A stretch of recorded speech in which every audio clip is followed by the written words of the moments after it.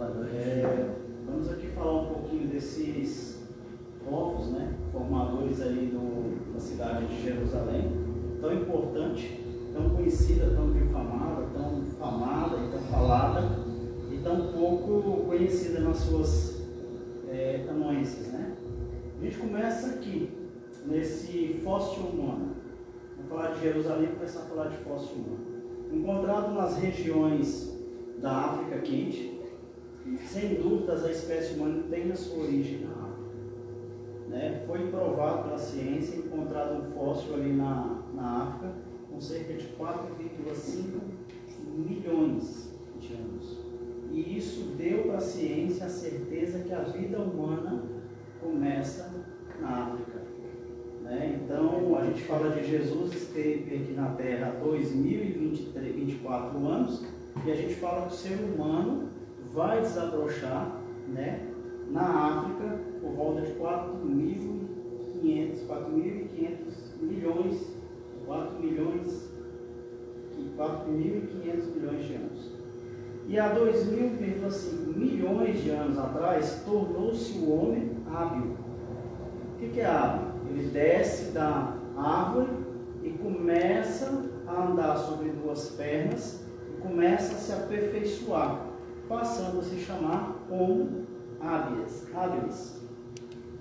Depois nós vamos observar que quando o homem desce da árvore, começa a andar e começa a buscar meios na sua habilidade, ele começa a caminhar grande distância. E isso é simples, ele caminha grande distância, mas vai mudar o mundo só porque ele aprendeu a caminhar fora das copas das árvores. E aí ele vai ser chamado de Homo erectus. Alcança as regiões quentes no rumo do Equador, assim atinge as terras do Oriente Médio. Então veja bem, a gente está dizendo que o continente africano, quando ele vai ali abrochar o ser humano, ou seja, o homem macaco, que vai descer da árvore, que vai começar a andar, que vai começar a entender o meio, não viver mais da natureza, ele vai lavrar grandes distâncias.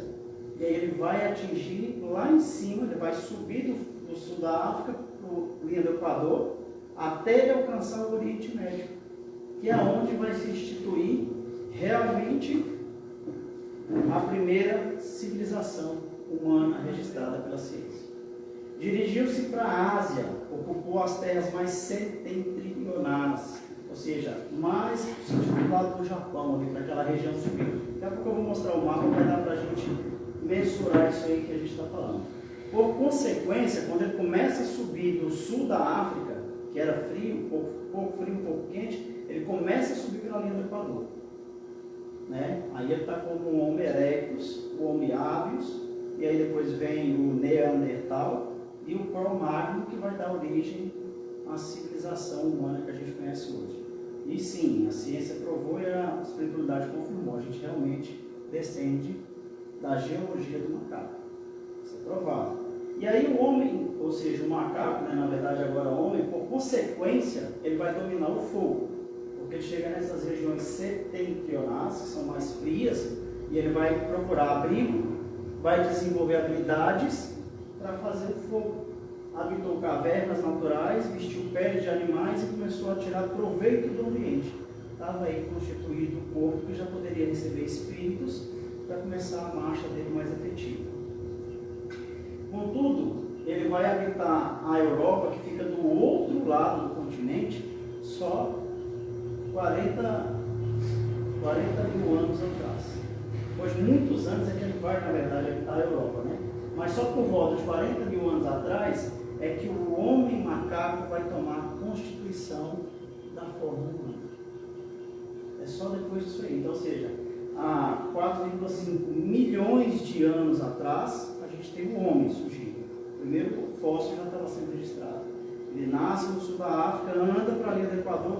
Lembra do Equador, aquela linha que divide o planeta no meio, que é uma linha imaginária, sul, norte? Ele anda em direção a essa linha. Ele passa dessa linha, ele vai para a região da Mesopotâmia, que vai cruzar o rio Nilo, que vai cruzar a Mesopotâmia lá em cima, no Oriente Médio. E é lá que ele vai instituir a primeira civilização humana do planeta. E é lá também que vai estar a nossa cidade, né, Jerusalém. E aqui ele já vai como homem de Cro-Magnon.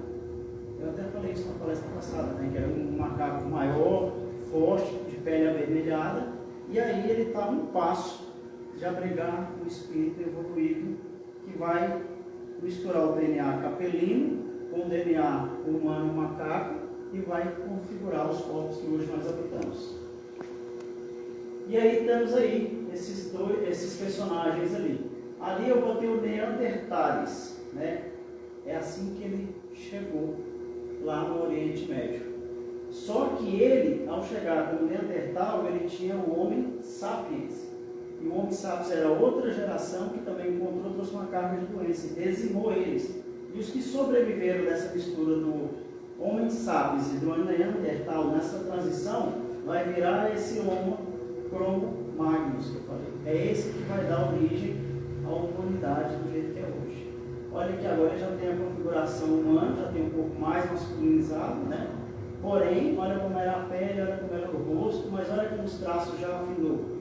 Olha como os traços já começam a aparecer da gente. E por que eu estou falando lá do fóssil humano, do Homo sapiens, erectus, hábitos e do Cro-Magnon? Porque é eles que vão dar origem, e a origem da civilização é na Mesopotâmia, que vai ocupar ali o Egito, o Tigre, o Eufrates, que a gente vê agora.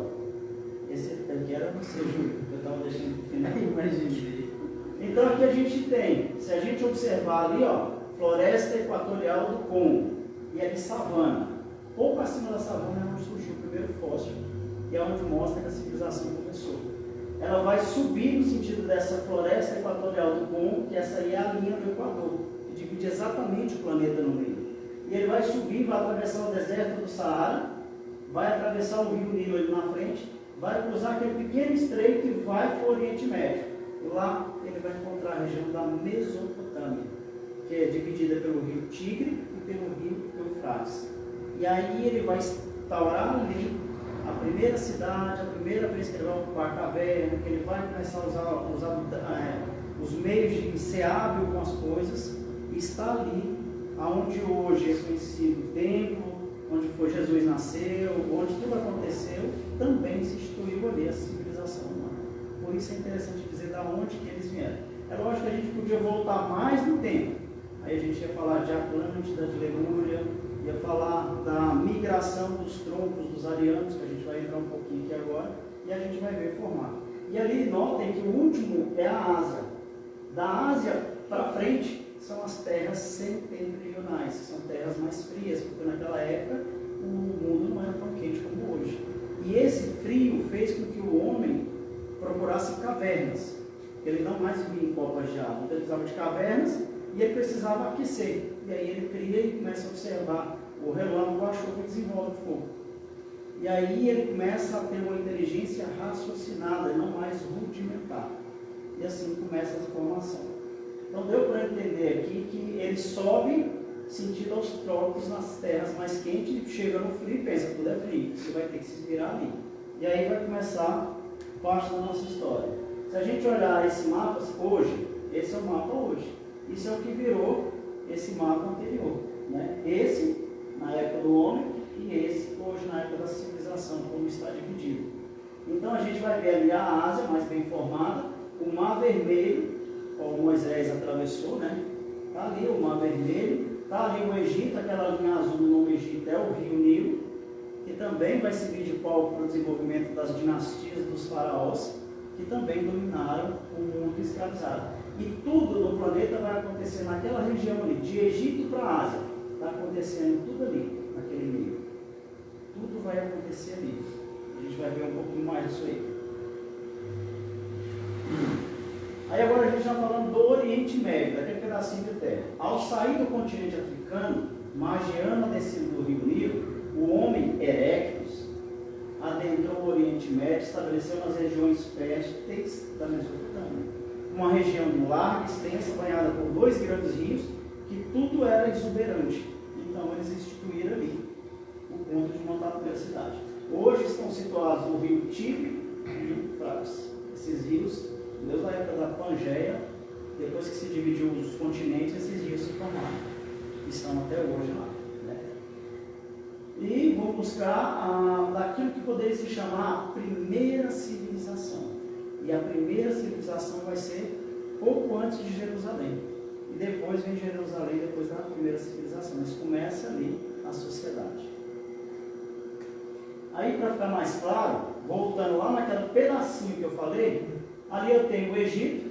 Olha o rio Nilo banhando o Egito ali, que vai ter grande parte na história. Eles vão cruzar ali aquela pontinha lá perto da letra O, vão atravessar para lá e vão chegar ali naquela parte vermelha. A humanidade realmente é aqui que vai vir a civilização, as guerras, os templos e tudo quanto vai acontecer nesse pedaço aí. Aí do lado de baixo nós temos rio Eufrates. E na parte de cima nós temos o rio Tigre. E aí quem nasce de um lado é um povo, quem nasce de outro é outro povo. E ali a gente vai ver a Síria, a Pérsia, que vai ter um papel importante, que está do lado do Mar Cáspio, vai descer aqui no Golfo Pérsico. Então esse povo ali vai formar muito do que se tem conhecido hoje nas escrituras sagradas e na sociedade como um todo, né? E esse nome Babilônia, que vai também vir muito dentro da nossa apresentação aqui, ele vai difundir a cultura espacial no planeta. Porque eles têm a primeira cultura mais desenvolvida. A gente fala que os egípcios eram muito evoluídos. Nessa época, o Egito ali já era uma monumental civilização, bem mais avançada. Quando passa ali, começa a formar aquelas cidades. E essa cidadezinha de Ur, no final ali, grava esse nome, depois a gente volta para falar dela, porque ela também vai trazer uma importante contribuição para nós. Aí, subimos, a gente fez o mapa e sobe, ali a gente consegue mensurar. Dessa região agora, eu começo a falar. É aí que vai estar a Jerusalém, a Israel, né? Essas cidades. Até aí, Jerusalém não existe. Jerusalém, porque como a gente fala, são os povos formadores de Jerusalém. Estamos fazendo essas cidades e agora a gente entra no que é Jerusalém para começar a falar. O Oriente Médio foi de forma científica que o homem começou a domesticar. Veja bem, até então não domesticou nada, mas aí ele começa a domesticar animais. Ele começa a cultivar cereais, construir a primeira casa, primeiro povoado e a primeira cidade, que é a cidade de Jericó.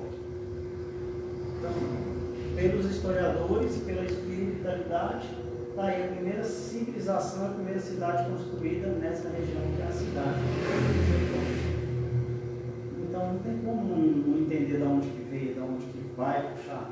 Vai surgir aí, por quê? Porque aí o homem entendeu que ele podia domesticar e usar os animais. Aí tem a história do homem da caverna, o homem que adestrou um lobo, e o lobo vai se domesticando e ajuda o homem no processo da caça. Tem a construir a primeira casa, primeira cidade em si, forma-se. E agora a gente fala da Babilônia. Como a Babilônia é um assunto muito extenso, mas não tem como falar de Israel e Irã, Iraque, Palestina, e não falar da Babilônia. Porque a Babilônia, ela interfere no planeta com a cultura que eles tinham. E eles escravizaram o povo de Irã, do Iraque, do Irã, né? Eles vão escravizar eles, então eles têm uma importância muito grande no papel do povo que iria formar Jerusalém. Lá era essa civilização que existia. Enquanto o homem estava se desenvolvendo em grandes aglomerados, cidades, assim a Babilônia começou a se apresentar. Os jardins suspensos da Babilônia, né? Dos palácios maravilhosos, das construções, era essa visão que alguém tinha. Aí fica a pergunta: esse povo descobriu isso tudo sozinho? Não tinha ninguém por trás para ensinar a fazer isso? Não tinha aí uma inteligência trabalhando para que ele chegasse a isso? Enquanto 89% do planeta era bruto e racional, a Babilônia já estava assim. Isso, historicamente, há quantos anos atrás, mais ou menos? Isso aqui vai estar por volta de 4.500 anos atrás. Agora vai mostrar aqui, a gente vai dizer, 2.800 anos. A Babilônia começa a se destacar e influenciar outras cidades, na região por volta de 2.800 anos antes de Cristo. Mas ela já existia antes de 2.800, mas ela começa a se destacar 2.800 anos antes de Cristo. Né? Ela tem por volta de 3.000 e poucos anos 1800, ficou 1000 anos, para 2800 anos ela começar a se destacar. Deu as crenças, e olha só, ali ela se destaca, cresce, mas o Egito já era uma potência, só que o Egito era desconhecido. As populações, elas não tinham contatos com outros, então cada povo achava que eles eram únicos, por isso eles adoravam um conjunto de deuses. Então os babilônios achavam que eram únicos, depois os egípcios, depois outras cidades, a Síria, né? E aí eles começam a descobrir, porque eles começam a trafegar, começam a descobrir grandes cidades. E aí, aqui é um achado bem importante. A Babilônia era muito inteligente, muito desenvolvida. Por quê? Porque tinha muitos capelinhos encarnados na Babilônia, né? E aí eles tinham as crenças dele. E uma dessas crenças, muito conhecida, muito divulgada, que a gente vai estudar e vai conhecer, é a epopeia de Gilgamesh. Vocês vão ver o tanto que esse negócio é interessante. Ele diz assim: rei da cidade de Uruk, que versa sobre o dilúvio, ou seja, que escreve sobre o dilúvio. Conta-se que os deuses, irritados com os homens, mandaram à terra um dilúvio.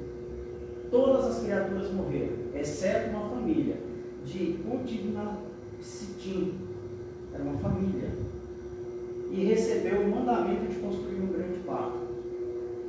Veja bem, essa história parece uma história que a gente conhece, né? Veio o dilúvio, morre todo mundo, mas uma família se salva e constrói o barco. Só que isso aqui foi quanto? 2.800 anos antes de Cristo. Na verdade, bem antes, né? 3.000 e pouco. E ela diz assim: a narração semelhante ao grande dilúvio universal e a arca de Noé. Isso é muito antes de Noé. Registrada milênios depois no Antigo Testamento Bíblico. Então, primeiro vem essa história lá, nessa cultura de Gilgamesh, né? E aí ela vai ser registrada na cultura hebraica muitos milênios depois. Não existe dúvidas que serviram de base as narrativas hebraicas posterior, pois Abraão, o patriarca hebreu, somente nasceria muitos séculos depois das escrituras babilônicas. Então, e outra, aí você fala, mas o que tem a ver? Eles tinham a cultura deles, nós desenvolvemos, só que esse povo foi escravo da Babilônia. Por 48 anos eles foram escravos cativos da Babilônia, tomaram conhecimento das culturas babilônicas, depois eles vão se libertar, vão ser escravizados pelos egípcios, vão ser libertados por Moisés, vão entrar para o deserto, 40 anos, baseado numa história que é bem antes do patriarca fundador do povo hebreu.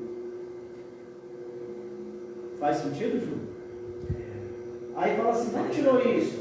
Das escrituras, dos achados arqueológicos que tem essa narrativa lá, muito antes das hebraicas.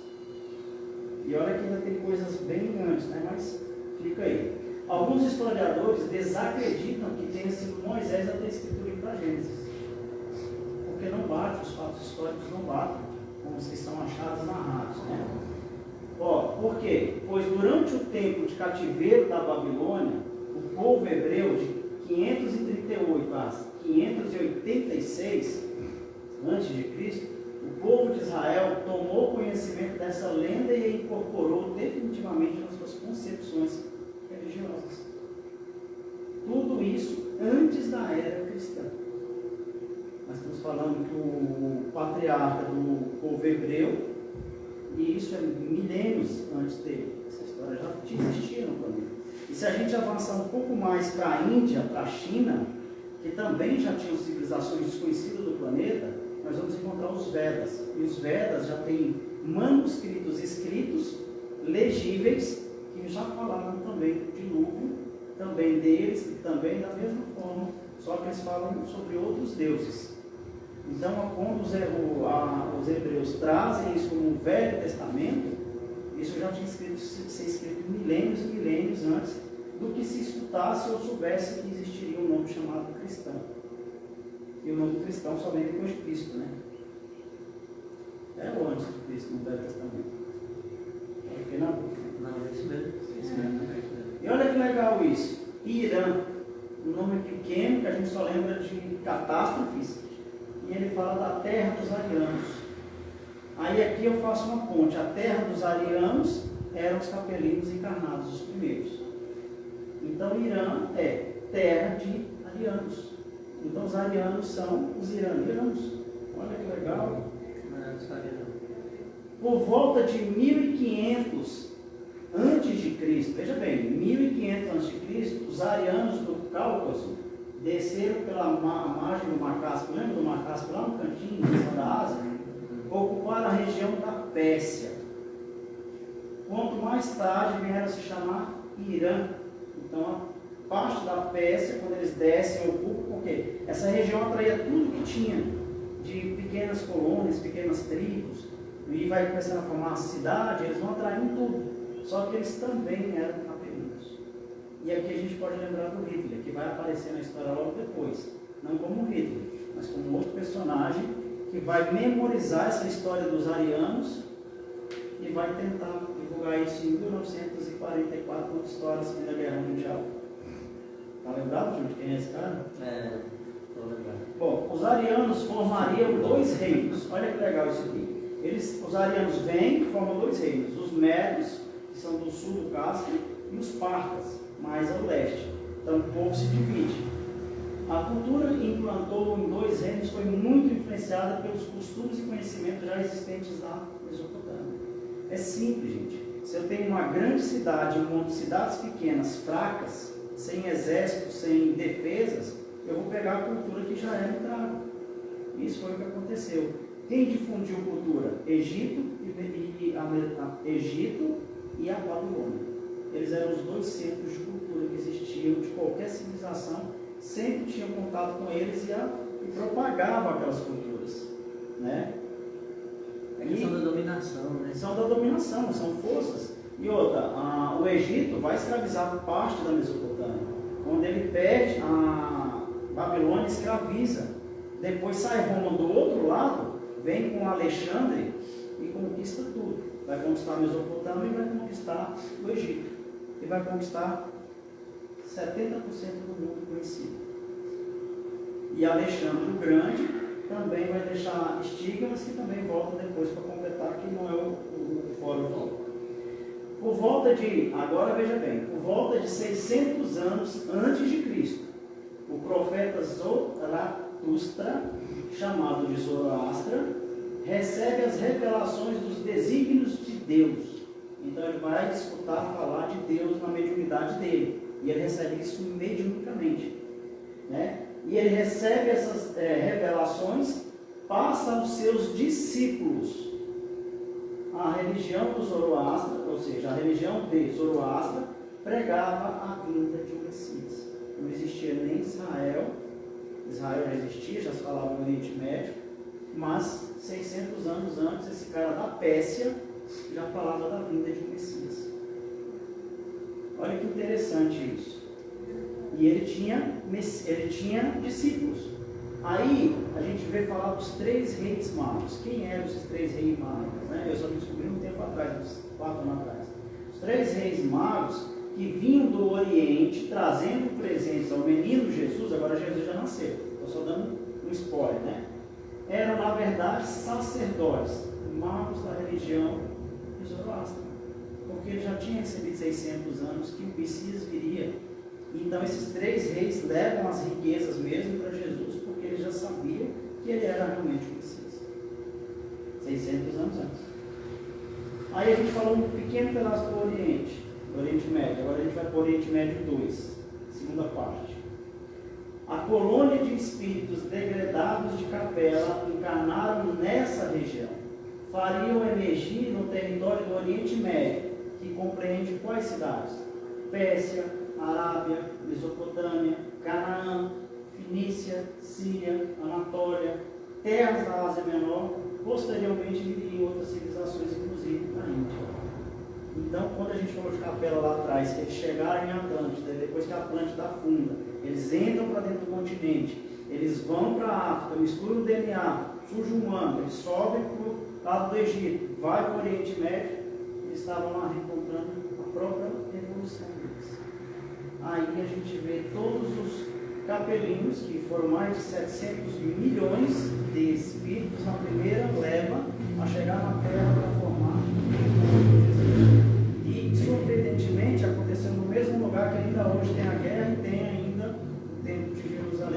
nasceu o mestre, lá onde o mestre orou no templo, e ensinou no templo quando criança. Olha como é que tudo se liga para aquela região, né? E o legal é quando a gente descobrir quem está nessa pegada aí. Que se estendia do Golfo Pérsico até o mar Mediterrâneo, na região da Mesopotâmia, né?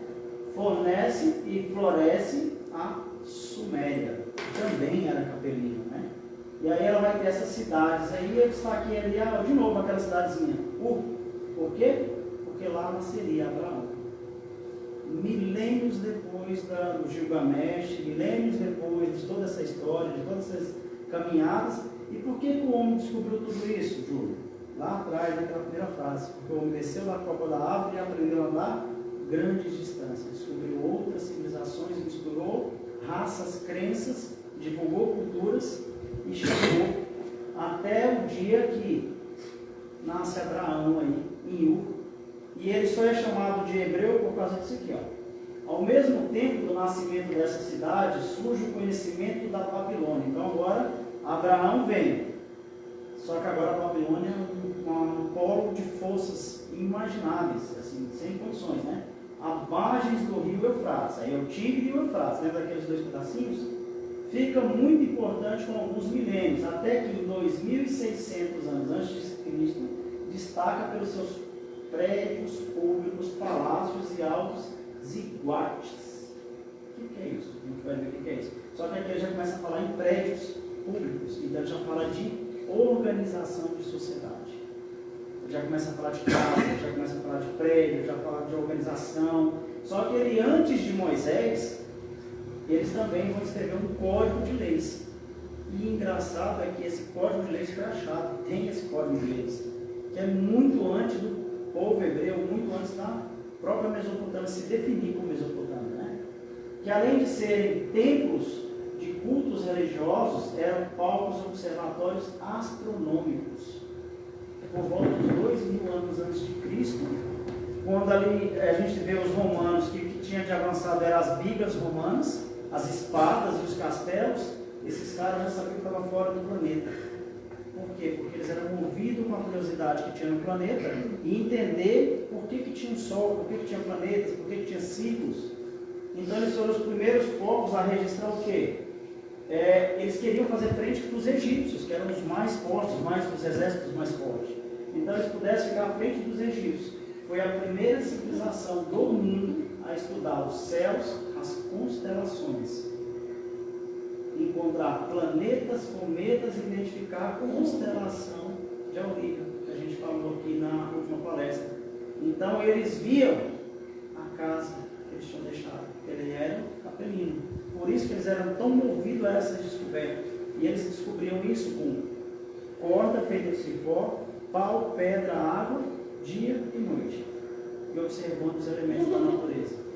Então eles não tinham tanto negócio, mas eles vão descobrir e vão conhecer, vão relembrar, vão achar o sistema de capela que era a origem da humanidade na época. E ainda hoje, né?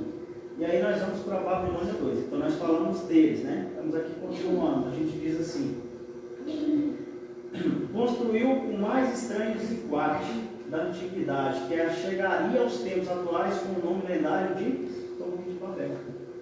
Então falada lá no... Quem estuda a Babilônia vai falar na Torre de Babel, né? E esses mesmos, agora eu vou dar um spoiler, essa grava aí.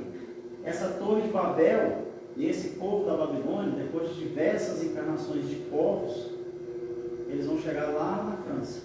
E aí eles vão trocar a Torre de Babel pela Torre Eiffel. Porque eles não tinham o estigma de construir uma torre que alcançasse o céu. Porque eles queriam voltar para casa e achavam que não era como um foguete, era só ir subindo e eles alcançavam. Então esse ziguate era exatamente isso, uma torre gigantesca que varria as nuvens. Foi a primeira civilização a codificar leis. E aí os hebreus também tiveram contatos a essas leis. Porque era a lei que regia a sociedade babilônica. Ela tinha 282 artigos, personificada pelo rei Hammurabi, no período que governou, de 1792 a 1750, como de origem divina. Dizia ele ter recebido de origem divina esses artigos, e essas eram leis inquebráveis. não repetiu aqui um pouco daquela história do que alguém foi no monte? Mas é verdade, foi mesmo, teve isso, mas isso aqui também já foi registrado na Babilônia. Eles comentam muito o código de Hammurabi, né? Eles hoje traduzem como código de Hammurabi, né? Exatamente isso. Aí, isso aí é o que eles construíram, isso é um zigurate. Eles construíam a cidade em volta e eles cresciam, só que eles não aumentavam a base, não chegavam num ponto não sustentável. Só que isso é os babilônicos. E a gente vai ver isso quando o povo, a alma, o povo coletiva vai encarnar lá na França e vai fazer a Torre Eiffel, baseado nessa história aqui. Ela é a alma, o povo dos capelinos. Vai lembrar que os degredados de Capela estavam reunidos sob a vigência, ou seja, estavam encarnados em todos os continentes, né?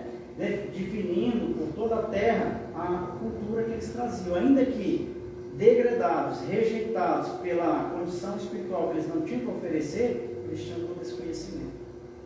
Então é por isso que às vezes o mal está no meio do bom, que é também para incentivar, porque ele pode ser mal de caráter moral, mas intelectual ele é superior àquele que tem o maior moral.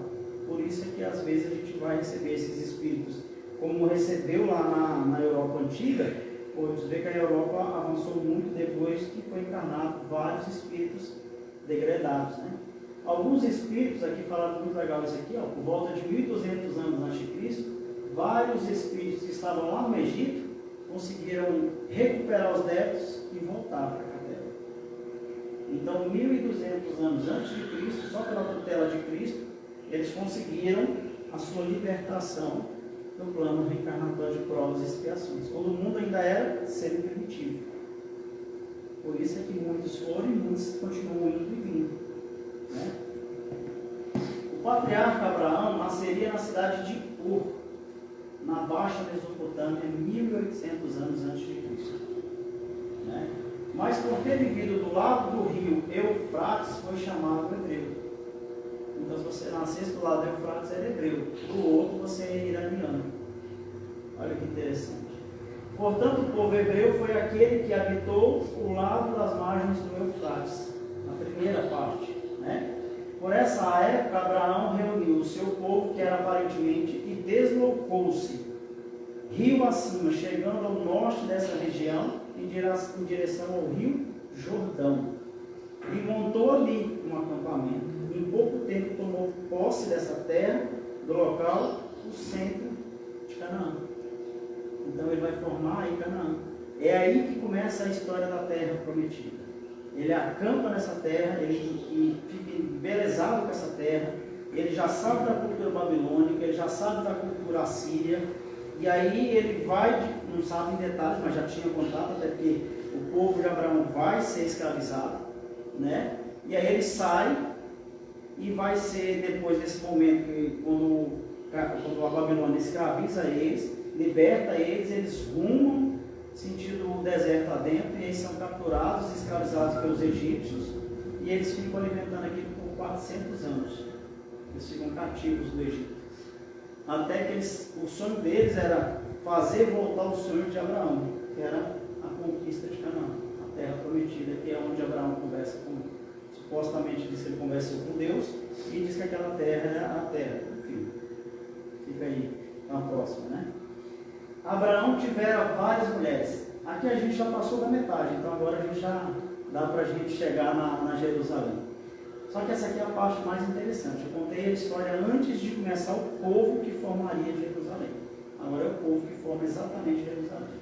Abraão tivera várias mulheres, dentre elas Sara, a mãe de Isaac, ao qual formaria o povo de Israel. E a egípcia Agar, mãe de Ismael, ao qual formaria o povo árabe. Então, por que está tendo essa guerra com o povo árabe, com o povo de Israel? Começa a televisão. Lembrando que Isaac era filho de Abraão, e Isaac, segundo a espiritualidade, é Chico. É a encarnação de Chico. Então, Chico aparece aqui, uma das primeiras encarnações. Ele encarna antes, como profetas do Velho Testamento. Mas aqui, Chico vem para esse papel. E Ismael vai se tornar o guia espiritual do Brasil, né? o que governa, em nome de Jesus, governa o planeta, e ele responde pelo Brasil. E Chico, formador do povo, que vai dar toda essa entrada, até que diz que Chico agora vai voltar, né? Chico pede para voltar e vai voltar para lá, vai voltar para casa. Nossa. Agora olha que legal. Jacó. Olha só, agora quando a gente vai ler isso lá na Bíblia, a gente vê tanto esses nomes que a gente começa a confundir quem é quem. Não sabe quem ligou com quem. Agora eu trouxe isso um pouco mais claro. Jacó, veja bem, Isaac, filho de Abraão, que é Chico, Isaac. Isaac tem um filho, que é Jacó. Esse Jacó depois vai denominado Israel. Então de Jacó ele muda o nome para Israel, porque o povo árabe tem essa mania de trocar nomes. Eles trocam nomes, eles associam. Então Jacó, que é filho de Isaac, Jacó então é neto de Abraão. Correto?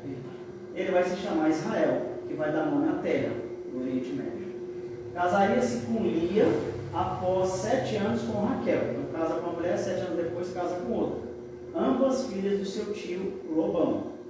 Jacó foi pai de 12 homens. Então ele tem um tio chamado Lobão, casa com um, casa com outro. Labão. Eu estou olhando para o Júlio e lembrei. Vou comprar um óculos.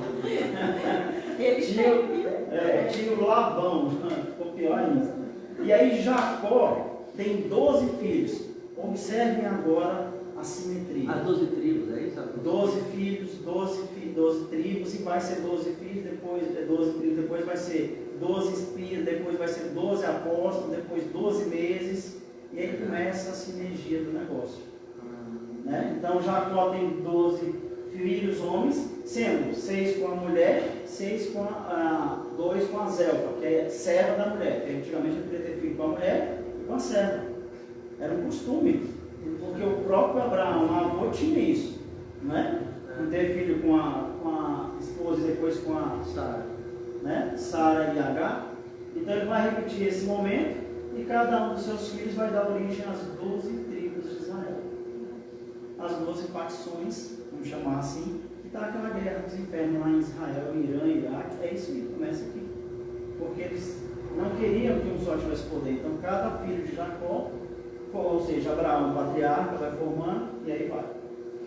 Canaã tinha terras férteis e falta de água, vários embates entre tribos rivais, porque tinha 12 tribos, mas tinha muitas tribos nômades em volta. Eles começam a guerrear. Por esse motivo, os filhos de Jacó desceram para o Egito. Eles cansaram de brigar e falaram: vamos para o Egito, larga essa terra aí, vamos para o Egito. Chegando lá, contudo, a inveja, e vendo o filho, o Jacó, amando mais o filho José, aí eles vão lá e vendem ele para o Egito como filho, como escravo.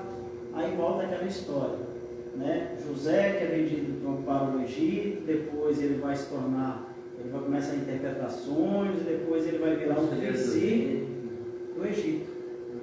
Né? Quem nunca assistiu isso aí na Semana Santa, esses desenhos bíblicos bacanas que vai tentando nos mostrar isso, né? E como escravo aos egípcios, como um costume da época. Então, lembra das 12 tribos, lembra que esse cara que é vendido é filho de Jacó, que é neto de Abraão, filho de Isaac, né? Logo que se sobe, aí então, até então o Egito não tinha escravizado esse povo, essas tribos, ele não tinha escravizado, ele comprava escravos, mas aí sobe um faraó novo no poder. E esse faraó sobe e fala: não quero saber de comprar, eu vou conquistar tudo. Ele vai lá e escraviza o povo das 12 tribos, que formariam Jerusalém depois, até que Moisés viria como seu libertador. Então, o egípcio vai escravizar eles aí, né? Ao redor de Canaã, o patriarca Abraão houvera acampado e sonhado ali permanecer. Após a realização da conquista, Josué tivera que distribuir a terra prometida. E de novo, ele vai pegar a terra prometida e vai dividir em 12 tribos. Quando Moisés tira o hebreu, depois de 400 anos, que é quando Akenaton, que é o que vai fazer esse escravizamento desse povo, quando eles conseguem libertar, que está no Ramsés II, é que ele volta, e mesmo Moisés deixa a orientação para que quando a terra prometida fosse conquistada, fosse dividida em 12 tribos. E para que Moisés pudesse avançar dentro do deserto, ele dividiu em 12 tribos, e sempre que ele ia se aconselhar, vinha um de cada tribo. Então ele não quebrou aquilo que Jacó tinha começado, né? E as 12 tribos. Por volta de 1200 anos antes de Cristo, os chamados povos do mar, filhos de Caftor, vindos da ilha de Creta, denominado Filisteus, denominando extensa parte de terra litorânea ao sul da Fenícia, construindo um território denominado Palestina.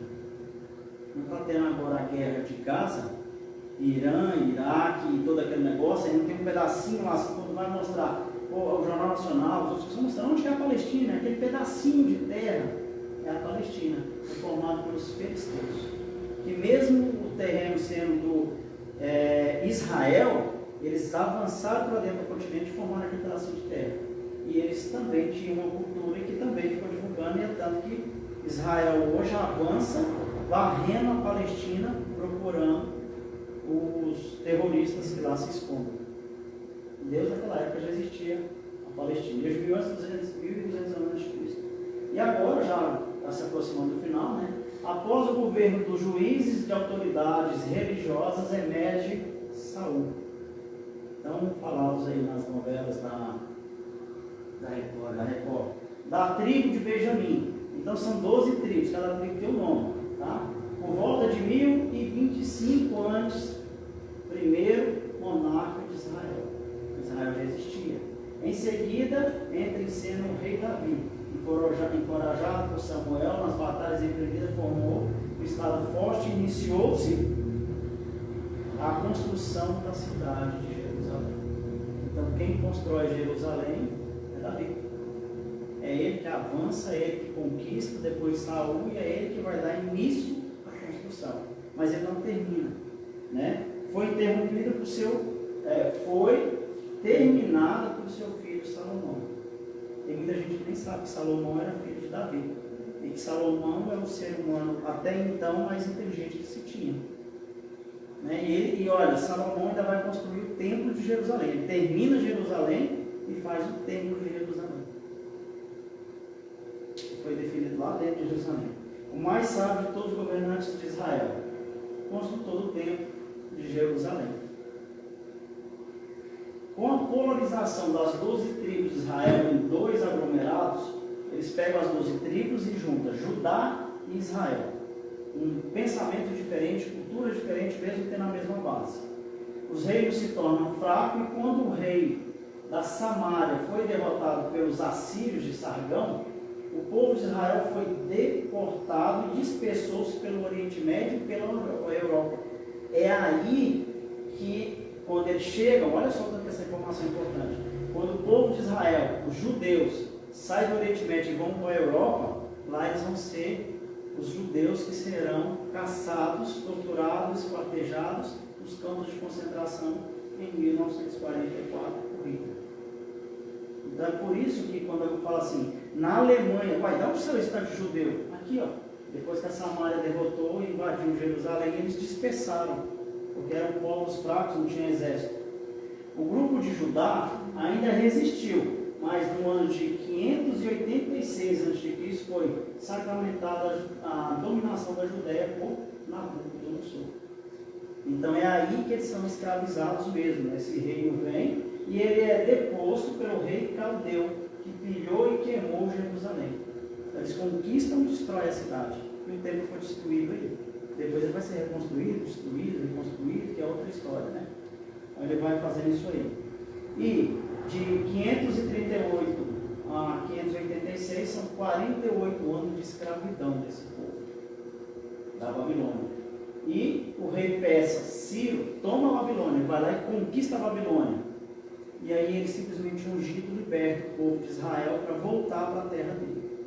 Fala, ó, pode ir embora, se a gente não quer mais vocês como escravos, não.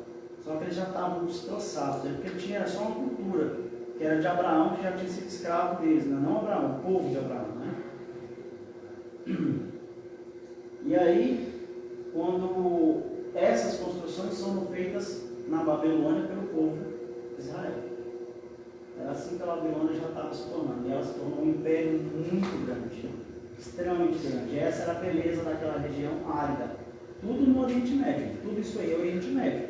Tá? Com exceção do Egito, que está um pouquinho afastado, do lado do mar do Nilo, É isso aí que era a Babilônia.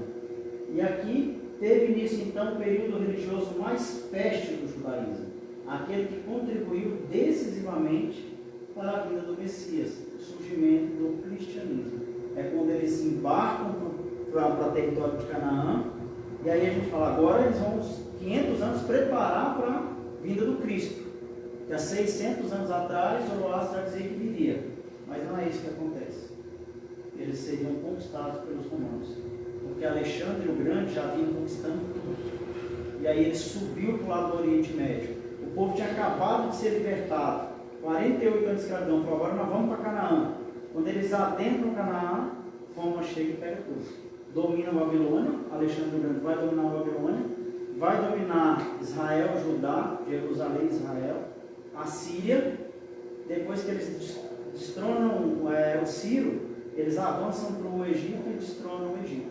Só que existe uma característica muito importante: Alexandre conquistava, mas não escravizava. Por isso que a gente vê os judeus ter o sinédrio, os judeus poderem ter a vida normal deles, porque eles não eram escravos de Roma, eles eram dominados de Roma, e muita gente passa batido nisso. Por isso que eles tinham a fé, eles podiam professar a fé. Geralmente Alexandre conquistava um território, um povo, elegia um rei e falava, presta conta para mim, paga tributo, continua a tua cultura, pode adorar teus deuses, não precisa adorar os meus. E pouca gente vê isso, percebe isso. Toda vez que você até a gente não entende. Por que então o Sinédrio não condenava Jesus? Ele falava que a gente não pode, mas eles fizeram os romanos condenar, porque não fazia parte dos romanos condenar a morte, dos romanos, dos hebreus. Por isso que eles fizeram tanta questão de jogar Jesus contra César. Sabia disso, Júlio? É verdade, prestava atenção. Quando a fim, aí, consortes, dominados por Roma até depois de Cristo, porque eles esperavam que Cristo viesse e liberasse eles. Até que Judas e outros religiosos pegaram, Jesus falou, pegar a espada. Não vim libertar vocês, eu vim educar vocês. Né? Quando envia a boa nova do Evangelho, vivo, trago, ensinado e vivido por Cristo. Traria a tão sonhada liberdade e a terra prometida. Ambas espirituais. O erro dos hebreus é achar que a terra prometida era Canaã. E não era. É a terra do plano espiritual. É a libertação espiritual. Não é a terra prometida. Pedaço de terra. Pedaço de terra. A terra prometida era a paz de espírito. Por isso que Jesus diz, eu não sou rei desse mundo. O meu reino é em outro. Só que eles não conseguiam assimilar porque o cérebro não permitia. Interessante, né, Cis? Isso. E aqui para fechar, a gente acaba aqui, nós vamos para mais. De novo, está lá a Mesopotâmia e a terra, né, a Babilônia. Então, ou seja, olha o quanto a gente falou desse povo, né? A gente vai ver aqui vai ver Abraão nascer aqui, a gente vai ver a Mesopotâmia, o rio Eufrates, olha a faixa de terra, onde a humanidade vai formar os primeiros primórdios. Olha a Babilônia, que vai conquistar tudo isso aqui. Depois o Egito vem e conquista aqui. E vem Alexandre lá de Roma e atravessa e conquista tudo isso aqui. Só que olha como Alexandre era diferente, ele conquistava, mas ele escravizava, os outros escravizavam. E daqui do Mar Cáspio vai descer aquele povo, vai formar um povo aqui e vai formar outro. E vão formar parte do povo que vai definir Israel e Irã. E o povo daqui que desce forma o Irã, que são os arianos, que vinham daqui, onde ficava a Atlântida. Quando a Atlântida afundou, eles avançaram para cá. Mas a África está aqui, ó. Eles subiram para essa região, vieram dali e subiram para cá. E hoje não está concentrada a guerra no mundo. Continua disputando o mesmo espaço. Bom, é muita informação, é muito dado, é muito tudo. Eu tentei ser o mais didático possível, mas consegui fazer em 1 hora. Então, deu para poder falar. A gente acaba aqui. É isso. Obrigado a vocês. Obrigada. E aí,